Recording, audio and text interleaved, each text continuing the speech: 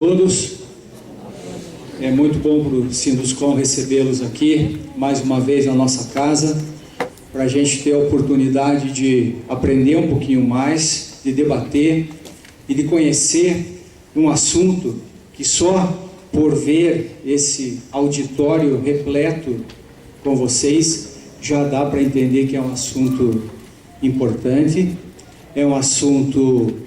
Eu não vou dizer complicado, porque as coisas são complicadas até que a gente as entenda. Depois que a gente entende, tudo deixa de ser complicado. Então esse é o nosso principal objetivo hoje aqui, aprender e entender um pouquinho mais sobre dois assuntos. A desoneração da folha de pagamentos para a construção civil, uma matéria nova aí que começou o ano, depois tivemos aí algum problema com a votação dessa matéria, acabou não sendo votada, depois foi reeditada com uma pequena mudança, mas enfim, é uma realidade. O Sinduscom também tem a convicção de que a desoneração é uma coisa boa, é uma das bandeiras que o setor lutou durante muito tempo para conseguir. Obviamente, ela pode ser mais interessante e mais proveitosa para determinados setores da nossa atividade, né? Lembrando que a indústria da construção civil não é só incorporação, como também não é só obra pública, como também não é só prestação de serviço, é tudo isso junto.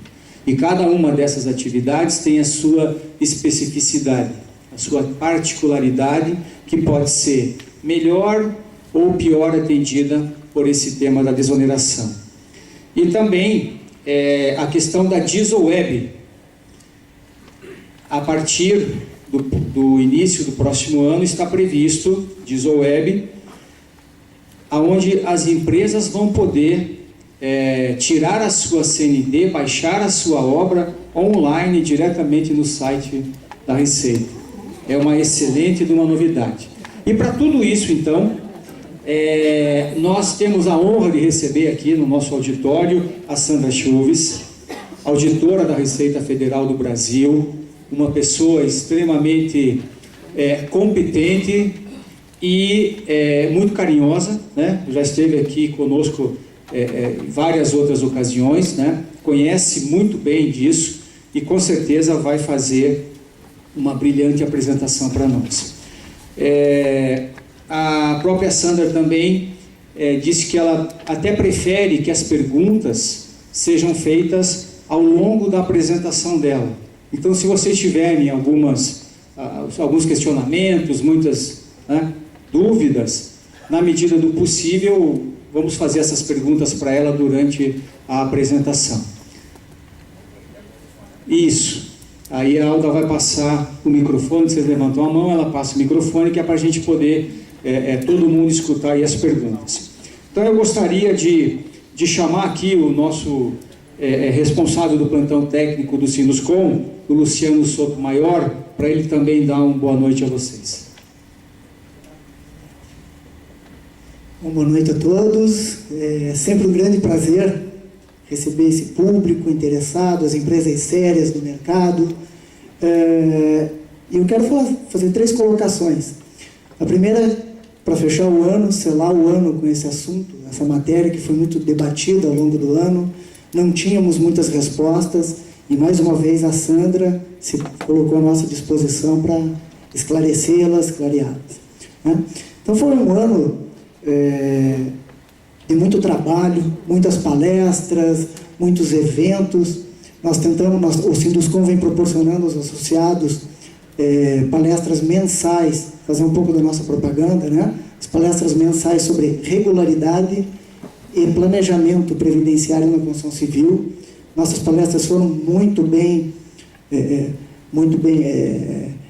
foi muito bem recebida pelos associados, né? Tivemos público bem bacana, participação muito bom, e tivemos também um desafio muito grande, que foi a desoneração da folha de pagamento na construção civil, que foi um peso muito grande para o jurídico, para o plantão técnico, para a nossa assessoria tributária, quando o pessoal nos procurava, no final de mês, preciso lançar folha, como é que eu faço com essa tal da desoneração? Gente, isso aí foi de pesar mesmo. Então, eu acho que para selar esse ano, nada melhor do que informação vinda direto da fonte, através da Sandra, mais uma vez, como o presidente já anunciou, e nós não temos como deixar de enaltecer esse trabalho que a Sandra vem. A Sandra é a própria Receita Federal, tem deixado um espaço aberto, muito bacana para a gente. O associado ao Sinduscom hoje não precisa mais se submeter à fila, aquele agendamento para a emissão da CND via contabilidade. Nós temos um caminho direto via Sinduscom. Tá? Então, toda essa parceria, entendo que seja fruto do trabalho que a gente vem desenvolvendo. Tá? Agradeço. Sandra, por favor, quero passar a palavra a você. Vamos aproveitar esse momento. É uma solução de consulta que está acontecendo aqui hoje. Obrigada. Boa noite a todos. Boa noite. É um prazer estar aqui novamente, principalmente diante dessa plateia. Isso nos dá uma responsabilidade bem maior. Para quem não nos conhece, eu sou auditora da Receita Federal do Brasil, participante de um grupo de trabalho da Construção Civil. Então, muito mais aqui representando esse grupo de trabalho que trabalha com a legislação, com alterações da IN, também com o nosso DISWeb para a internet, com uma grande possibilidade já de começarmos o ano com ele. Então, nesse momento, estamos aqui representando a Delegacia da Receita Federal do Brasil em Curitiba, e hoje eu descobri que é um dia bastante especial. Através de uma portaria, no dia 30 de novembro, instituiu-se o Dia do Servidor da Receita Federal do Brasil, no dia 17 de novembro. Então, isso é uma grande novidade para todos nós, porque é uma coisa muito nova. E aí eu fui ver por quê. Aí descobrimos que em 1548 foi nomeado pelo rei de Portugal o primeiro provedor do erário do rei. Isso quer dizer, o nosso primeiro funcionário da fazenda foi nomeado em 1548, portanto, a data ficou como representando o Dia do Servidor Público da Receita Federal do Brasil. Então, foi uma data muito bem escolhida do senhor. Claro que, às vezes, essa imagem de provedor mor do erário régio não é tão simpática, né? Mas, com o tempo, nós estamos aqui muito mais na qualidade de informante do que efetivamente de auditor. A nossa palestra sempre é muito informal, para quem não nos conhece. Nós optamos por vocês fazerem a pergunta no momento do assunto, porque às vezes perguntas muito interessantes são perdidas. Quando chegamos lá no final, parece que a razão da nossa pergunta deixou de existir. Então, é claro que diante de todos, de toda essa plateia imensa, ficaria difícil conseguirmos, a não ser que tenhamos uma boa organização, né, esclarecer todas as dúvidas. Mas, por outro lado, certamente a sua pergunta vai ser a pergunta de vários. Então, vamos só evitar a duplicidade de perguntas, né? E, às vezes, a gente está tão preocupado com a nossa pergunta que esquecemos de ouvir a resposta da pergunta anterior à nossa, que certamente iria nos trazer a resposta. Esse desenho aqui está ficando famoso, né? Estamos com esse slide inicial há muitos e muitos anos e pretendemos aí, pelo menos nos próximos 3 anos, que estarei na frente, como servidora da Receita, estar aqui com vocês sempre que necessário. Exatamente. O Luciano é o meu controlador aqui de slides e ele esqueceu.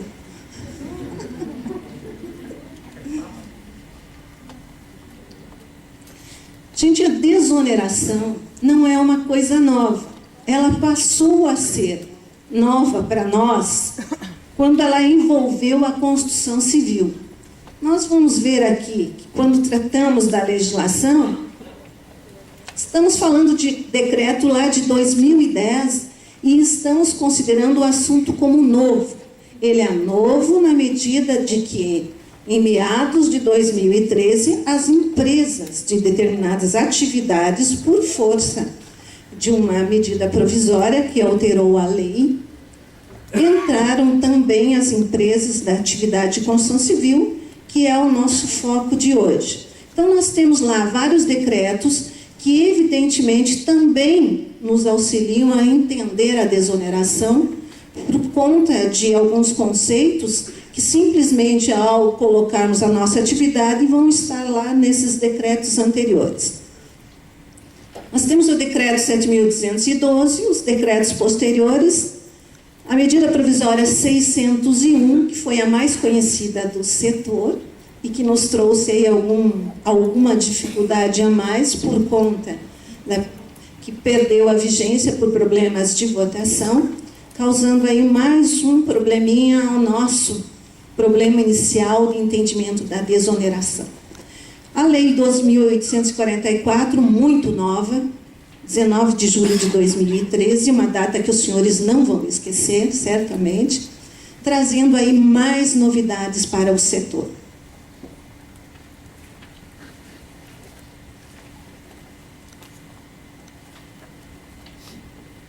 A Lei 12.546 é de 2011 e é ela que norteia todos os procedimentos referentes à desoneração. Evidentemente, medidas provisórias alteram, suprimindo ou acrescentando atividades, e outras leis também alteram, mas sempre a lei base é a 12.546, de 14 de dezembro de 2011. O que os senhores têm que saber dessa lei? Somente o artigo 7º e todas as consequências do artigo 7º. Até 31 de dezembro de 2014, isso quer dizer, nós temos um prazo final que certamente pode sofrer alterações no decorrer do ano. Contribuirão sobre o valor da receita bruta, excluídas as vendas canceladas e os descontos incondicionais concedidos. É evidente que vendas canceladas, descontos incondicionais concedidos, porque nós não estamos somente tratando de atividade de construção civil. Temos lá atividades comerciais em que as palavras em negrito caberiam bem mais do que nossas vendas canceladas, né? Em substituição à contribuição dos incisos 1 e 3 do artigo 22. A gente acaba achando tão confusa a lei que a gente acaba até esquecendo da onde que veio esse artigo 22 da Lei 8.212. É a nossa lei que rege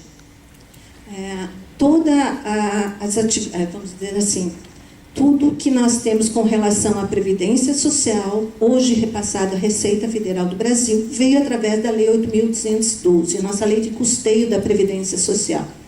Então, em substituição às contribuições de determinado artigo da lei, determinado inciso desta lei, é que a Lei 12.546 trouxe a novidade da alíquota de 2%. Então, nós vamos tornar bem conhecido esses incisos, é a contribuição patronal.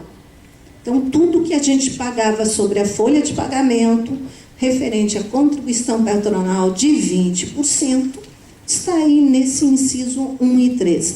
Evidentemente, a lei tem o inciso 2º, tem o inciso 2, tem o inciso 4, que não foram substituídos pela alíquota de 2%. Então, os senhores começaram a ficar tão confusos que começaram a substituir até a parte do empregado da nossa folha de pagamento, que nem sequer está contida neste artigo. Então, que fique bem claro, e essa é a principal dúvida que não pode existir. Somente determinados incisos da lei que se refere à contribuição patronal é que foram substituídos pela alíquota de 2%. Nós colocamos ali o mesmo inciso acrescentado ao artigo 7º, porque nós tivemos uma grande diferença em decorrência da perda da vigência da 601. Se tudo tivesse funcionado como era para ser, nós não teríamos tido problemas. Começaríamos em abril e estaríamos ainda até dezembro de 2014 seguindo o que a Lei 12.546 dita com relação à desoneração. Então, a primeira vez que nós vimos as atividades de construção civil foi quando a medida provisória 601, que é de 2012, acrescentou um inciso ao artigo 7º. Várias atividades já eram desoneradas e nós nem tínhamos conhecimento disso. Digo nós que tratamos da construção civil. Evidente que se estivermos tratando com contadores, já tinham conhecimento de várias atividades desoneradas e o assunto não era tão novo, não foi tão penoso como para quem trabalha com a construção civil. Veja que o texto do inciso permanece exatamente o mesmo. As empresas do setor de construção civil enquadradas nos grupos 412, 432, 433 e 439, e é da CNAE, realmente, 2.0. CNAE, que é a classificação. Nós temos vários artigos falando do CNAE, mas é da CNAE, é a Classificação Nacional de Atividade Econômica. Incluída pela medida provisória 601, o inciso 4 passou a vigorar em 1º de abril de 2013, uma data bem interessante, né? Só que, o que aconteceu? Essa medida provisória, ao invés de se transformar em lei, ela perdeu a vigência dela exatamente no dia 3 de junho de 2013, um período que ficou um pouquinho negro na nossa história da desoneração, que a gente vai tentar clarear aqui para vocês. Hoje, o que nós temos? O mesmo texto, as empresas do setor de construção civil enquadradas nos mesmos grupos, não houve alteração textual. Só que incluído pela Lei 12.844, quer dizer, sem problema algum. Veio da medida provisória 610, transformada em lei.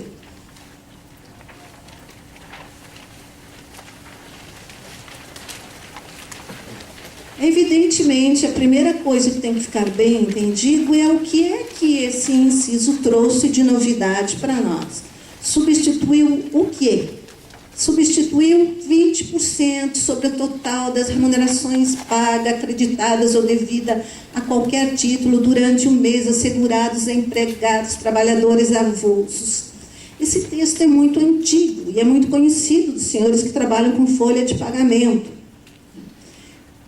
E também 20% sobre o total das remunerações pagas ao nosso contribuinte individual.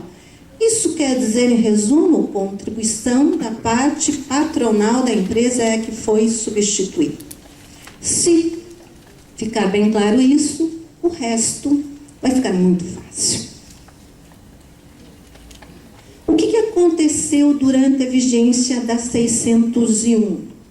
O inciso 4 foi acrescentado ao artigo 7º da Lei 12.546 e com vigência entre 1º de abril de 2013 a 3 de 6 de 2013, permitindo que as empresas referidas no inciso 4 tivessem o tratamento proposto no artigo 7º, que nós já falamos que nada mais é do que a substituição da contribuição patronal de 20% sobre uma alíquota de 2%. Facílimo, né? A partir de 1 de 4 até 3, a retenção para os casos das empresas referidas no inciso 4, por força deste parágrafo 6º do mesmo artigo, passou a ser de 3,5% ao invés de 11%. Aí eu tenho certeza que você já tem perguntas. Nós tivemos aqui uma pergunta antes mesmo de começar, aliás, uma pergunta não, uma afirmação de que os empreiteiros, aproveitando-se de toda essa confusão da lei, queriam ser desonerados, independente da data que eu fiz a matrícula. E isso é muito absurdo, não é?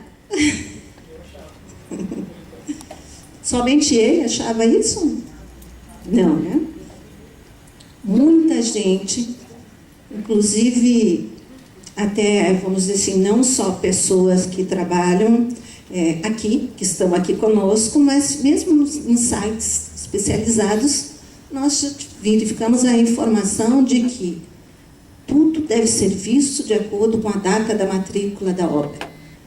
Nosso entendimento inicial sempre foi de que o empreiteiro estaria desonerado a partir de 4 de 2013, porque, por força do que diz o inciso, que eu trouxe as empresas do setor de construção civil, nos deu claramente os períodos de matrícula. Evidentemente que quando se trata de matrícula, quem não é responsável por ela não pode sofrer ou receber benefícios em decorrentes da matrícula feita. Então, que fique bem claro que a retenção de 3,5 reduzido veio por conta da medida provisória 601, começando a valer, portanto, em 1/4/2013. Muitos fizeram retenção de 11%, com certeza.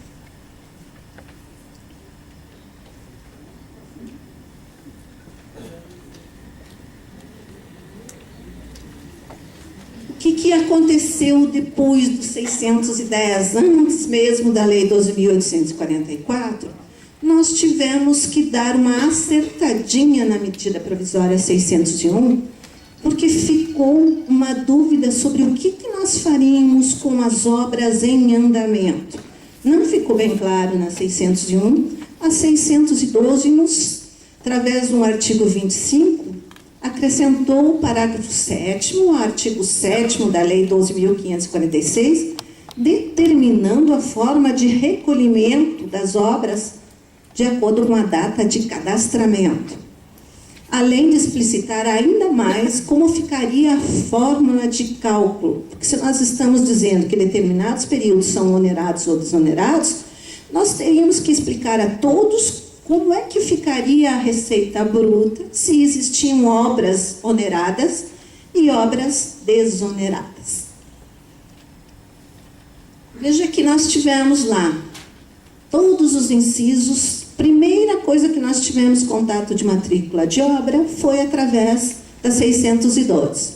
Para as obras matriculadas no SEI, até 31 de março, o recolhimento permanece sobre a folha até o seu término. Interessante vocês lembrarem bem que, embora tenha um prazo determinado para a nossa lei, para as obras na mesma lei, verificou-se que está escrito claramente até o término da obra. Para as obras matriculadas no cadastro específico do SEI, no período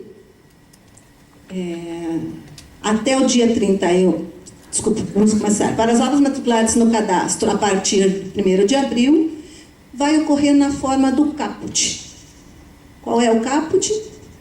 A desoneração e a substituição da alíquota de 20% sobre a receita bruta. Então, veio trazendo a forma a partir de quando essa nova sistemática deveria ser seguida. E também nos colocou no outro inciso a situação das obras anteriores a 1º de abril.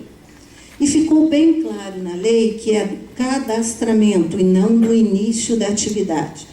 Por que cadastramento no SEI e não início da atividade?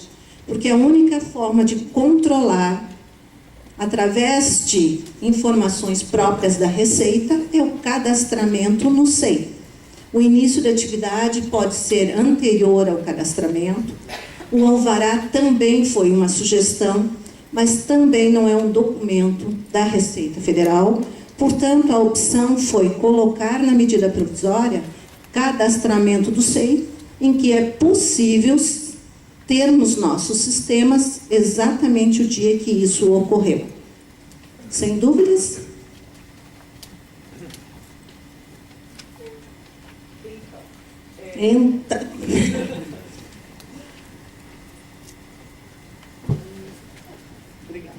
Na construtora que eu trabalho, os contadores, os empreiteiros, eles mandaram declarações dizendo que os empreiteiros se encaixavam na nova lei, portanto, teriam que recolher 3,5%. Mas a matrícula SEI da nossa obra foi antes do dia 1º do 4. O que a gente tem que fazer agora? Se a matrícula da obra, ela só serve para quem?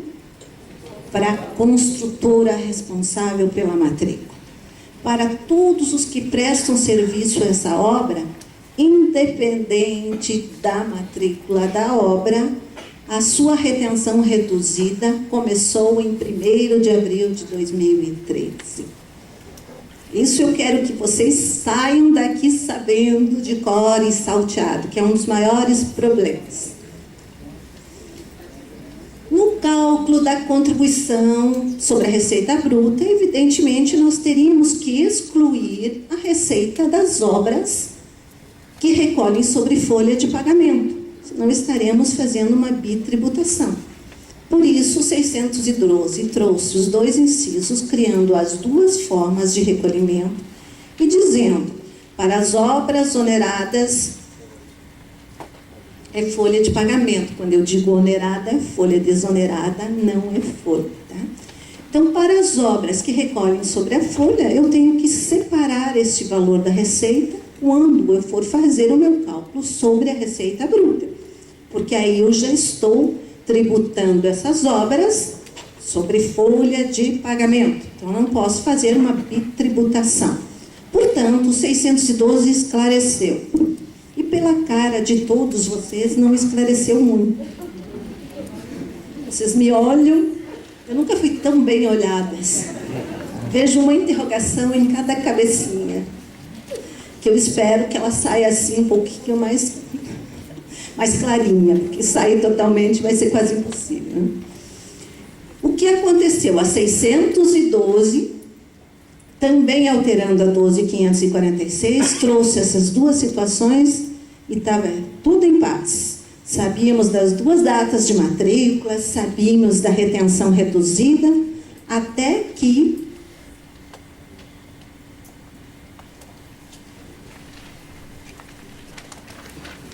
perda da vigência. Pois não. Você interrompeu aqui, veja, naquele momento que eu estava fazendo assim, suspense. A gente vai poder retirar esse FIP desde 1º de abril, porque as construtoras obrigavam a gente a fazer o 11%. Essas construtoras são A terríveis. gente não sabia se caso, na dúvida, vamos fazer pelo maior índice. Na verdade, gente, quando a gente fala isso, as construtoras também sofrem a mesma situação com relação à prestação de serviço, mesmo que seja por empreitada total. Certamente, vocês também na empreitada total, na dúvida, o contratante de vocês vai fazer pela maior. Né? Então, o que nós queremos aqui é esclarecer, evidentemente, que ninguém quer fazer pelo maior.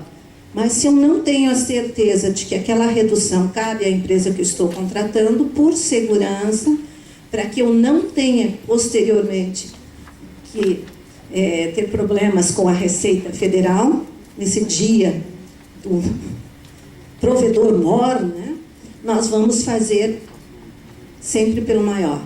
Mas isso até o momento que a gente descobre o que exatamente se pretende com a lei. Nós temos que usar uma lógica que funciona muito bem. Se a empresa não paga 20% e se a retenção é um recolhimento antecipado, se ela não está tendo esse recolhimento de 20% por conta de recolher sobre a receita, a redução exatamente nesse momento deve existir. Então, não tem outro sentido 3,5%, a não ser a retirada do 20% da parte patronal do 11%. É matemática pura. A retirada do inciso 4 do artigo 7º da lei deixa as empresas do setor de construção civil fora da desoneração. Embora mantendo a vigência 612, não se aplica sobre absolutamente nada, porque retiramos o inciso no qual ela faz referência. Ficamos órfãos exatamente nesse momento em que perdeu a vigência 601, porque a 612 só veio esclarecer algumas situações trazidas pela 601. Não mais existindo o inciso, tudo mais que se falasse sobre inciso deixou de ter validade.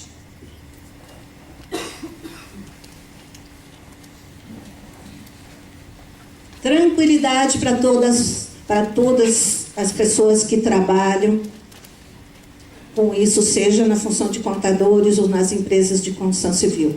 A Lei 12.844 veio para dirimir todas as dúvidas trazidas pelas medidas provisórias anteriores. Eu falo isso com uma certa tranquilidade, porque quando a gente participa de grupos fora do estado da gente, ou fora da situação de uma delegacia, você começa a ter uma visão maior de como isso acontece. Então, isso não acontece para de dia ou para a noite, é uma decisão e na surdina resolvem-se determinadas coisas. Evidentemente, a medida provisória, quando sai, passa para que a Receita Federal possa participar de alguma forma através da sua coordenação responsável por interpretação, que é a COSIT, para que possa ser colocada alguma situação que não ficou bem claro nas medidas provisórias anteriores. A 12.844 veio com essa incumbência. O único problema dessa lei, que todos vocês vão me dizer, é o dia que ela saiu. De resto, ela é perfeita. Agora, evidentemente, ela saiu nesse dia, porque depende, desde que ela saia e é aprovada,